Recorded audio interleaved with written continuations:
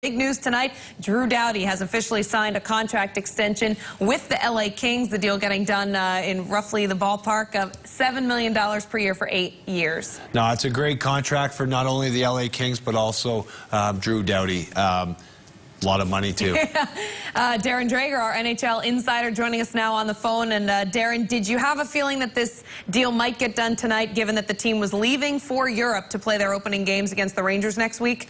Well, it was a marker. There's no question about that because of the fact that the time was not working on the side of the Los Angeles Kings. And, you know, we were all kind of waiting for one of the sides to blink. And as you get close to the NHL regular season, it would make sense with all of the expectation in Los Angeles that it would be the Kings. But, you know, this was a hard negotiation for both sides. Obviously, players don't like skipping camp and missing preseason. They want to be in the dressing room, as Brad can attest to. And this takes a toll on them. I'm sure that Drew Doughty is absolutely thrilled that it's over. But he was well represented in this negotiation.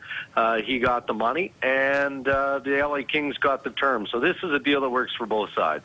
Darren, if I'm a conspiracist in any way, you know, call it the 11th hour to get this deal done. Does it have anything to do with not only the regular season starting, but the first 3 games or the next 3 games for the LA Kings are going to be played in Anschutz Entertainment Arenas over in Europe?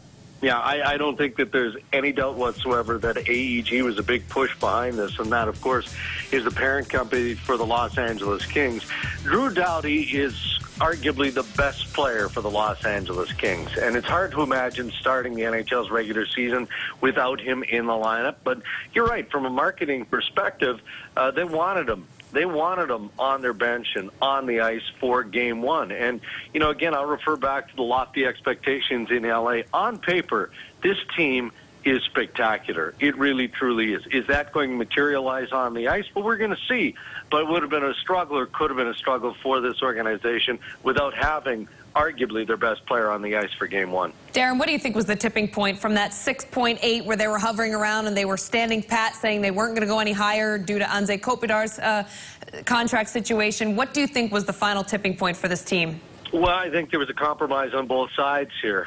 Again, you know, the Los Angeles Kings weren't comfortable paying Drew Doughty more than Anze Kopitar's $6.8 million.